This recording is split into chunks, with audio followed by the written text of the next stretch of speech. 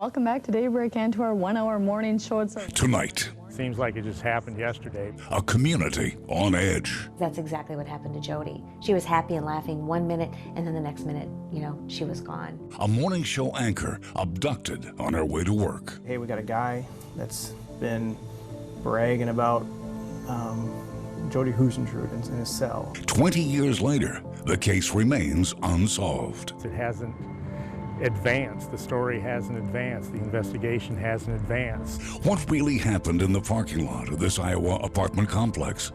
Was it the actions of a crazed fan? I firmly believe it was a one-person job. Did she know her abductor? From WOWT 6 News, for the next 30 minutes, Brian Mastre reports. Cold case. News anchor abducted. Good evening, I'm Brian Mastre. This is where it all began for me, KIMT in Mason City, Iowa, my first job. 20 years ago, and I remember it like yesterday, a colleague here went missing. In the news business, we're taught, don't become the story. In this case, we had no choice. 20 years ago, you'd be hard-pressed to find much journalistic experience inside a small market television station. Many of us at KIMT were fresh out of college, eager to prove ourselves worthy of a promotion to a larger city. Well, this is a story that has In 1995, I anchored the evening newscasts in Mason City, Iowa. Jodi Huisentruit anchored the morning news. We crossed paths at work. She'd be going home as I arrived for my shift. She had so much energy and enthusiasm, and every day was like a gift, one to explore and experience new things. One of her best friends then was my 6 and 10 p.m. co-anchor, Robin Wolfram. Sometimes, occasionally, this girl got up at 3 o'clock in the morning, and she'd be like, what are you doing after work? It's like 10:30. I'm like, I'm going home, I'm going to bed. She's like, oh, Robin, there's plenty of time to sleep. Life is for the living, and she just embraced every single moment. On June 27th, 1995, Jodi Huisentruit never made it to work. A lot of times with police departments, if somebody comes up missing or they don't come home on time, they'll tell them to wait, 12 hours and then we'll take a missing person report. But this one, as soon as the officers got there and found what was on the scene, they knew something bad had happened. Welcome back. Unlike today, in 1995, the local morning news ran from 6 to 7. When Jodi Huisentruit didn't show up on time, associate producer Amy Coons called her apartment. Jodi answered. She said she'd overslept, told her she would be right in. After all, the 27-year-old lived 5 minutes from work. The call came a little after 4 in the morning, less than 2 hours before airtime. Amy Coons is the only news person in the station. She's putting together the morning show herself. It gets to be 5:30, still no sign of Jodi, and no one's answering at her apartment now. The show must go on. Coons anchors the hour-long morning show instead of Jodi, figuring her coworker must have dozed off. When the show finished at 7 a.m. and there was still no sign of Jodi, a call was made to Mason City Police for a welfare check. No one was thinking foul play. Mason City Police quickly sealed the parking lot that Tuesday morning. There clearly had been a struggle near Jodi's red Mazda Miata. Her blow dryer, jewelry, red high heels scattered. It appeared she had been grabbed while putting the key in the car door. Basically all of my free time I work on this case. Officer Terrence Prohaska with the Mason City Police Department took over as lead investigator 5 years ago. What caused her to sleep in that day? What caused her to answer the phone and rush into work? What was she doing on the night before? We all want to know the fine details. We know where she was at. We know she was golfing. We know that she had driven home and made a phone call to her friend. We know those are facts. We know, but it's that gray area in between that we don't understand. Coming up. Every time a new lead comes up and it's being pursued, you think, well, maybe this is it. Law enforcement and news reporters from around the country converge on the community of 30,000 people. I still remember all of the cards that they found in Jodi's apartment. To uncover new clues, the family hires private investigators, including an Omaha man. What do you think happened? I've been asked that so many times. And colleagues offer their suspicions. When Brian Mastre Reports continues. The disappearance of television anchorwoman Jodi gained national attention. Not only was Mason City Police and the Iowa Division of Criminal Investigation on the case, but now the FBI became a partner in solving it. Every day, sometimes twice a day, Mason City's police chief took questions from a flurry of reporters this summer of 1995. She was the darling of our family, you know, the baby. Jodi's family from Minnesota spent weeks in Iowa, close to the investigation. I couldn't have had a better kid sister, you know. She tried to motivate me all the time. Now, what are your goals for this coming year, you know? So I think of those things, and that makes me stronger. It's the worst. It's a nightmare. This not knowing where she is. We were hoping to find her within, you know, at least the first few months. The community rallied. Volunteers flooded the area near the key apartments where Jodi lived. They made T-shirts, bumper stickers, buttons, anything to get the word out. There have been bits and pieces here. We wore ribbons of hope on the air. Many people who watched her on the news placed ribbons in their yards. Because of the attention, leads came in from everywhere. But none of the information ever led to a named suspect or an arrest, not in 1995 or at any time in the last 20 years. If it was anybody but her, because she was a local news anchor, you know, you could say it could be a chance encounter, but you can't rule out the fact that maybe somebody was stalking her just because of who she was. If you're a kidnapper, there's a lot of things that, a lot of possibilities there that were I guess I would say should have got caught. You know, you don't want to, in an apartment complex, there's a lot of windows facing you. There's a lot of things going on in apartment complexes where, what a risky place to try to abduct someone. So you think, man, maybe this was somebody that knew her. There again, what if it was just somebody just lurking around apartment complexes looking for any prey? Investigators have interviewed hundreds of people over the years, and in 20 years, like we said, have never named a suspect. The man in the monitor next to me thought... Early on, they looked hard at the man who is believed to be the last known person to see Jodi alive. John Van Sice, the man in the monitor, was a friend of Jodi's. 20 years her senior, he named his boat after her. The night before she disappeared, they watched some of her birthday video together, and then Jodi went home to her apartment and made a phone call to a girlfriend. Do you think you've interviewed who did it? I don't know. I don't know. You wonder. Do you think this is a case where you know who did it, you just can't prove it? I don't think so. There's so many different stories and theories and possibilities that I don't think we could ever narrow it down to who did it. I think right now it's trying to find what happened to Jodi, you know, where is she, and work backwards from there. But you know, we never close our eyes to anyone and try to narrow down to a suspect, because there's just no evidence to support just one person. I hired Jodi. I brought her to Mason City. Could there have been something that we could have warned her about that we didn't talk to her about? I just don't know. What do you think happened? I've been asked that so many times, and I just feel as ignorant as the next person. I just don't know. I don't want to point fingers at anybody that you know, without looking at the investigation and opening up those books. I don't know. I think it had to be somebody that knew her. I think it had to be somebody that had an emotional response to something that Jodi said or did to cause them to do that. I don't think it was random, and I don't think it was planned. I think it was planned to a certain point, but not for days and weeks ahead of time. Coming up. Our news director and then our station manager called me into their office, and I immediately thought they found Jodi. An eerie meeting just days after the disappearance. Having an unsolved case sit on my lap all the time, it definitely wears on you. How new science and technology could be the break investigators need. When Cold Case, news anchor Abducted continues. difficult sometimes to get close, especially women who are in this industry, because you are always looking over your shoulder and saying, okay, is there somebody that's going to be coming up behind me? And I'll never forget the first day that Jodi walked in. You could hear her laugh, and that's something she'll always be remembered for.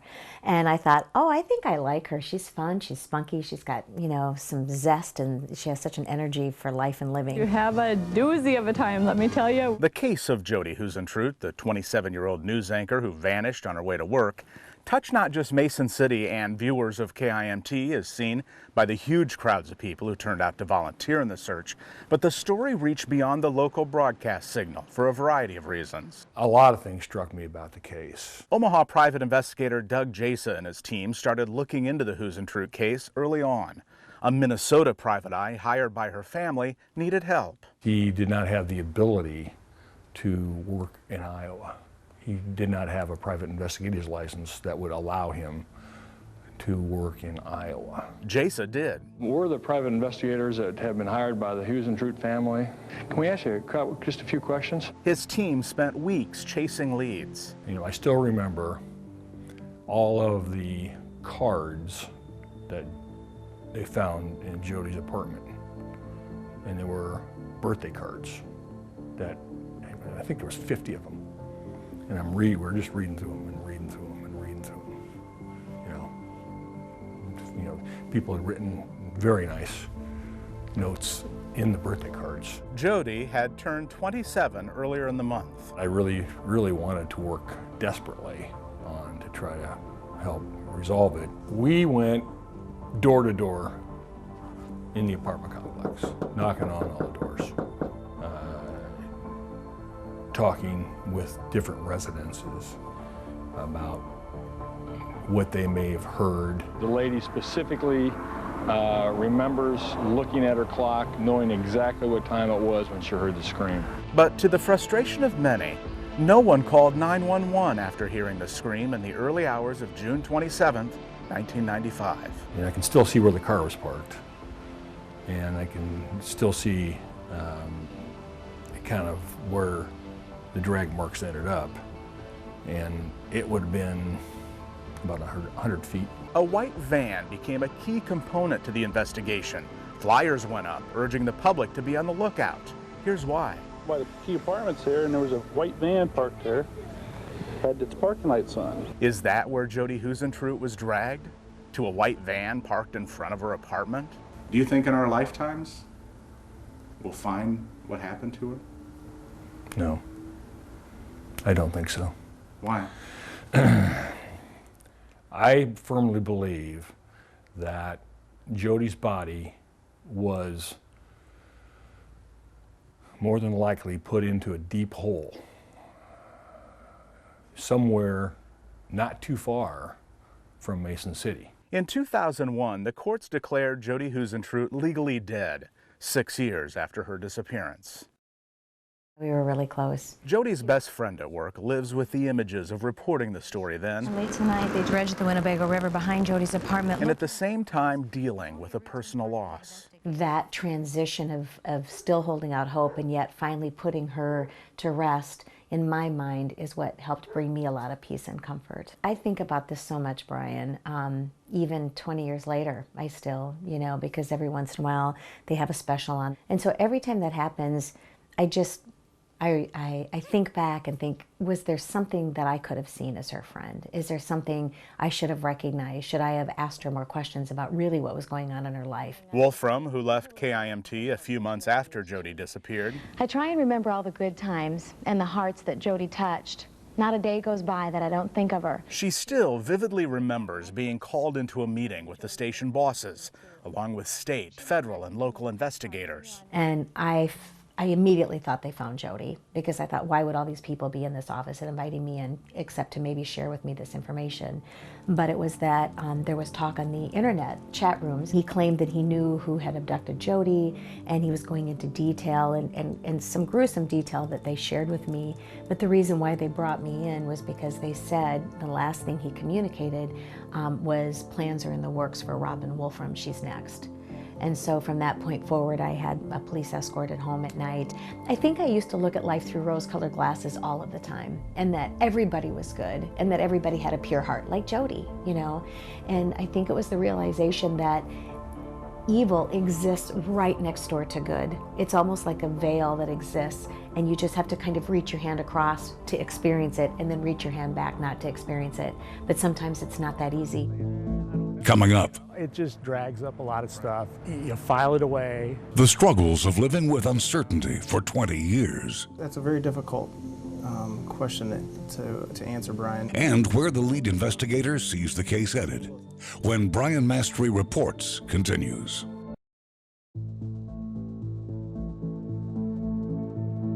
This is the KIMT newsroom. It hasn't really changed much since I was here 20 years ago. A lot of new faces, however. There are only 4 employees that are here that were working back in 1995, and here in the newsroom, none. In 95, I was going into 3rd grade. Well, at least it's a story you're not going to forget anytime soon. Tyler Mickelson works the same daybreak shift in the same studio Jodi used to. Specifically, though, when you hit that anniversary of when she disappeared, crossing the street in the darkness, you get into the door and you just kind of look outside and just kind of think, no suspects, no body, hardly any proof whatsoever. It's just, it seems almost surreal that so little has ever come forward about it. Besides the personal belongings of Jodi Huisentruits found scattered at the scene, investigators also have a palm print on her car.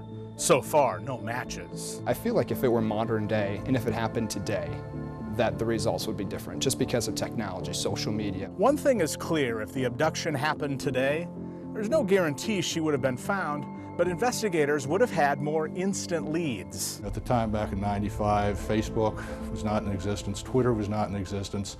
Those are avenues now where we could look at someone's associates, who they've recently been in contact with. In addition, cell phone technology has advanced greatly, so it's much easier for us to track cell phone calls.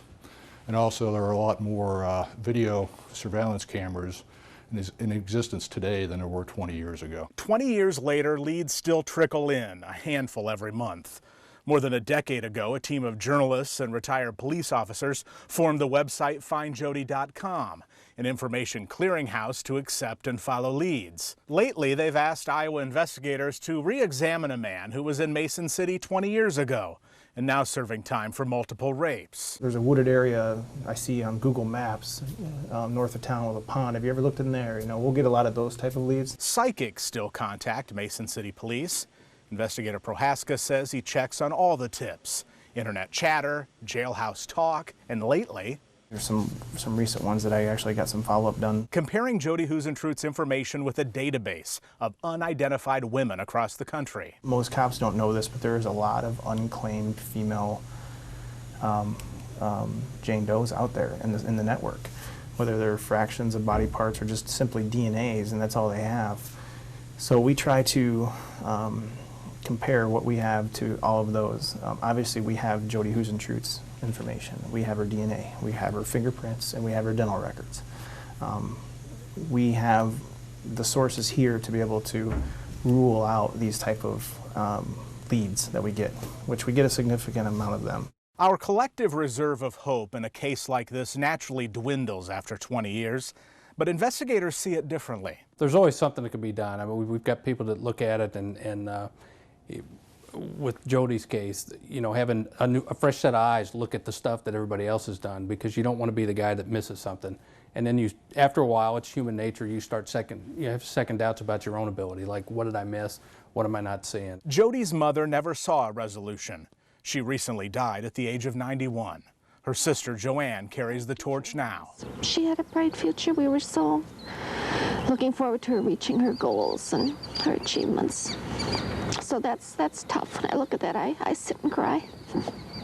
They use that word a lot, closure, and for Jodi's family, I can't believe there's any such thing. You know, after having a wound fester for 20 years, how do you close that up just immediately? Where I work now in Mason City, I can look out my office and I can see the tree that we planted for Jodi, and so it's a reminder for me every day of what happened 20 years ago. And So it still is very close. It still is very fresh. Next to the tree outside the Iowa TV station is a stone marker with engravings of two of Jodi Huisentruit's passions, a golf ball and a news camera. Her voice silenced, her story without an ending.